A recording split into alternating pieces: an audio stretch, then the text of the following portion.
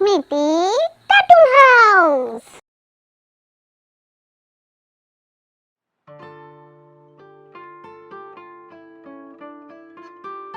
बहुत दिन पहले की बात है। सूर्यनगर नाम की एक राज्य था और वहां पर शासन कर रहा था सूर्यवंश। सूर्यवंश की राजा था राजा रुद्रवर्मा। राजा रुद्रवर्मा थे बहुत ही नेक दिल राजा, बहुत ही अच्छे इंसान। वो अपने सारे प्रजा को बहुत प्यार करते थे। उनकी शासन में सारे राज्य की प्रजा बहुत खुशी खुशी जिंदगी बिता रहे थे। उधर महाराज और महारानी की कोई संतान नहीं था, इसीलिए महाराज बहुत ही दुखी थे। उनकी राज्य में सारे प्रजा इतनी खुश रहने के बाद भी महाराज के मन में खुशी नहीं था। हे भगवान, ये तुमने मुझे किस बात की सजा दे रहे हो? मैंने तो राज्य में सारी प्रजा को हर पल खुशी देने की कोशिश किया है, किसी को दुख रहने नहीं दिया। फिर भी तुमने मुझे किस बात की सजा दे रहे हो? एक भी संतान नहीं दिया। अब मेरे बाद इस राज्य का क्या होगा? कौन बनेगा राजा? राजा इतने दुखी होने की वजह से राज्य की सारे प्रजा के मन में खुशी होने के बाद भी वो खुश नहीं रह पाता था। अपने राजा को दुखी देखकर वो भी दुखी होता था।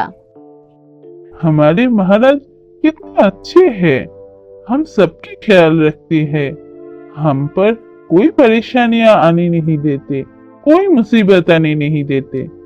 फिर भी वो कितना दुखी है, उनका कोई संतान नहीं है। पता नहीं भगवान किस बात की सजा दे रहा है उन्हें।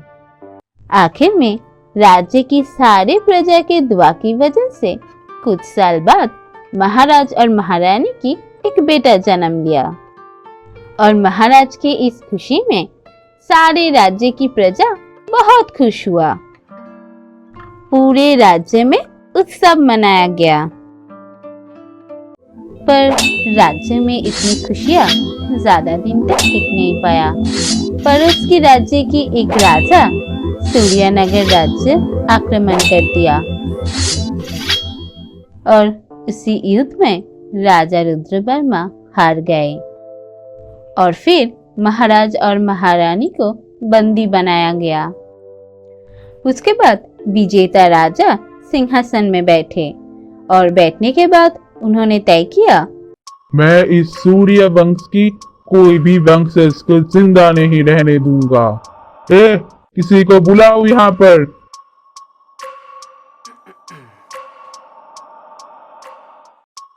बोलिए महाराज।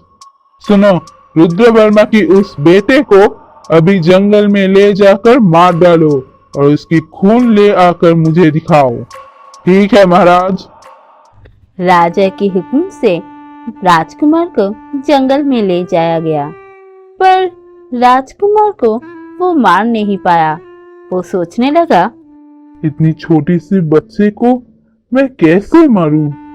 इतने छोटे बच्चे को क्या मारा जा सकता है? पर महाराज ने हुक्म दिया है, अब मैं क्या करूं? नहीं, मैं इसे नहीं मार सकता। पर अब मैं इस बच्चे को लेकर क्या करूं? कहाँ जाऊं? उधर महाराज को भी तो खून दिखाना है। अब मैं क्या करूं? हाँ, इस बच्चे को जंगल में किसी सुरक्षित जगह पर छोड़कर किसी जंगली जानवर को मारकर उसका खून ले जाकर महाराज को दिखाऊंगा। इसके बाद एक सुरक्षित जगह देखकर उस बच्चे को रखकर वो चले गए।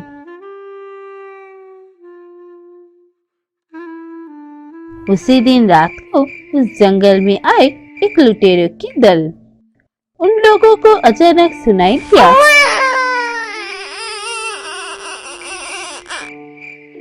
किसी बच्चे की रोने की आवाज आ रहा है। बच्चे की रोने की आवाज की मतलब है उसके साथ उसकी माँ बाप भी होगा। लगता है आज का दिन बहुत अच्छा है।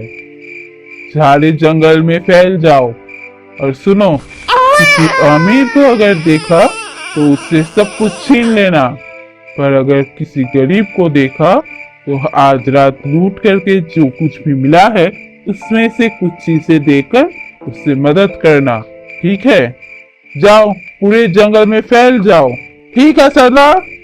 उसके बाद उस लुटेरे दल के सारे लुटेरे सारे जंगल में फैल गए और ढूंढने लगे बच्चे की रोने की आवाज कहाँ से आ रहा है। ढूंढते हुए सरदार ने देखा एक बड़े पेड़ के नीचे एक बच्चा रो रहा है। किसी ने एक बच्चे को इस जंगल में छोड़कर चले गए हैं।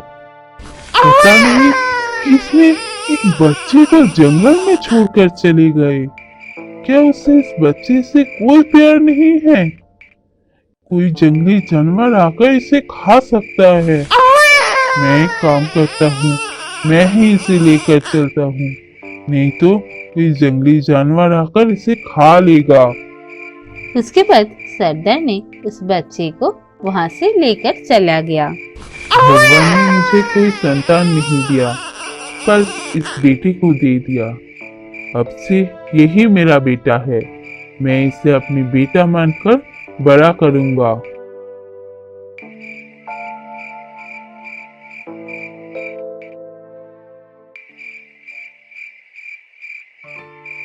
सरदार ने उस बच्चे को लेकर घर गए। देखो रमा, इस बच्चे को मैं जंगल में पाया। हमारे भी तो कोई संतान नहीं है। आज से ये बच्चा ही हमारा संतान है। हम इसे पाल पोस कर बड़ा करेंगे। सरदार की पत्नी रमा को उस बच्चे को देखकर बहुत खुशी हुआ। उसके बाद उस बच्चे का कपड़ा खुलाने के बाद सरदार ने देखा, अरे, इस बच्चे की गले में ये लॉकेट कहाँ से आया? ये लॉकेट तो सूर्यवंश का प्रतीक है। लगता है ये बच्चा सूर्यवंश के वही बच्चा है जिसके जन्म के बाद राज्य में उत्सव मनाया गया था।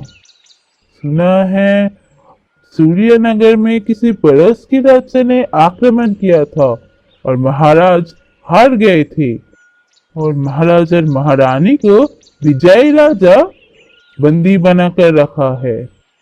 हाँ, इसीलिए इस बच्चे को जंगल में छोड़कर गया था, ताकि जंगल की जंगली जानवर इसे खा जाए। सूर्यवंश की किसी भी वंशज को वो राजा जिंदा नहीं छोड़ना चाहता।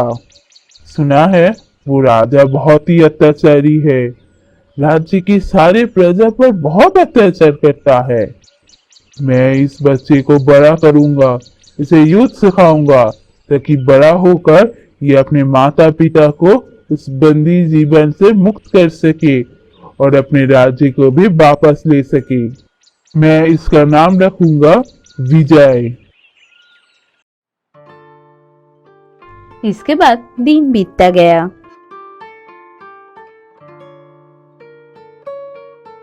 और विजय भी धीरे धीरे बड़ा होने लगा। सरदार ने बचपन से ही विजय को तलवार सिखाना शुरू कर दिया। इसी तरह दिन बीतता गया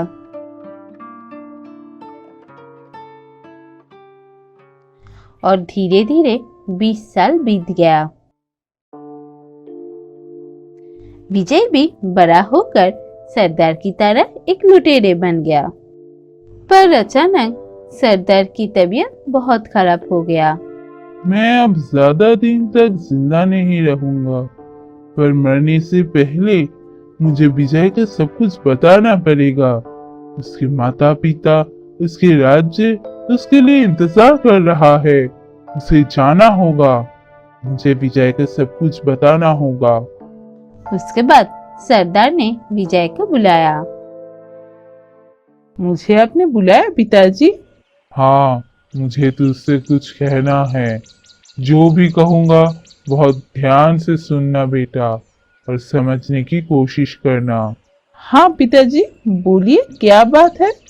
मैं तेरा पिता नहीं हूँ। तू सूर्यनगर की आखिरी वंशज है। तू सूर्यनगर की राजकुमार है। ये आप क्या बोल रहे हैं पिताजी? आप मेरे पिता नहीं हैं। मैं किसी राजकुमार हूँ। पर मैं यहाँ कैसे आया? और मेरे असली पिता कौन हैं? वो कहाँ पर है? हाँ हाँ, सब कुछ बोलूंगा। सब कुछ बोलने के लिए ही तो तुझे बुलाया है मैंने। सुन, तेरा पिता बहुत ही अच्छे राजा थे, और पर उसके किसी राजा ने आक्रमण कर दिया था, और उस युद्ध में तेरे पिता हार गए थे। और फिर तेरी माता और पिता को विजयी राजा ने बंदी बना कर रखा है। वो बहुत ही अत्याचारी राजा है। अब वो शासन कर रहा है और पूरे राज्य में बहुत ही अत्याचार करता है। तुझे एक जंगल में छोड़कर आया था वो राजा। उसी जंगल से मैंने तुझे लेकर आया था। तुझे अब वहां जाना है। तेरे माता पिता को वहां से छुड़ाना है। तुझे युद्ध करना है उस राजा के साथ अपने राज्य को पाने के लिए। मैं अभी जाऊंगा पिताजी। अपने माता पिता को उस बंदी जीवन से मुक्त करूंगा। उस अत्याचारी राजा को सबक सिखाऊंगा। अत्याचारी राजा के शासन से अपने राज्य को मुक्त करूंगा। मैं अभी जा रहा हूँ पिताजी। उसके बाद विजय लुटेरी दल के साथ निकल पड़े युद्ध करने के लिए। उस अत्याचारी राजा के साथ विजय ने युद्ध किया।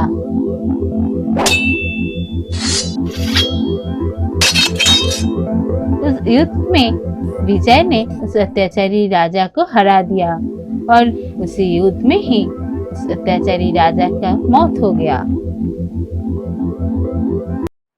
युद्ध में विजयी होने के बाद विजय अपने माता पिता को बंदी जीवन से मुक्त कर दिया। तुम कौन हो बेटा? इतने सालों के बाद तुमने हमें इस बंदी जीवन से मुक्त किया। मैं तुम्हारा बेटा हूँ माँ। क्या बोला? क्या बोला तुमने? तुम मेरे बेटे हो? इस राज्य के राजकुमार सूर्यनारायण हो? हाँ पिताजी, मैं ही हूँ वो राजकुमार। मेरे गले में ये लॉकेट था। बचपन से ही मैं ये लॉकेट देखता आया हूँ। हाँ, तुमने सही कहा। ये लॉकेट तो इस वंश के प्रतीक है, और मैं खुद अपने हाथों से अपनी बेटी के गले में ये लॉकेट बांध दिया था। पर तुम अब तक कहाँ थे बेटा? कहाँ से आए हो? उसके बाद विजय महाराज को सब कुछ बताया।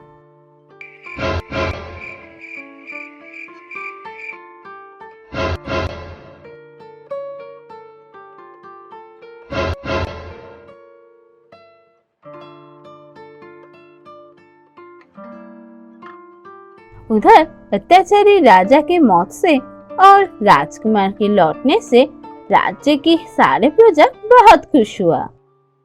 राज्य में फिर से उत्सव मनाया गया। उसके बाद विजय महाराज सूर्यनारायण बनकर सिंहासन में बैठकर शासन करने लगे।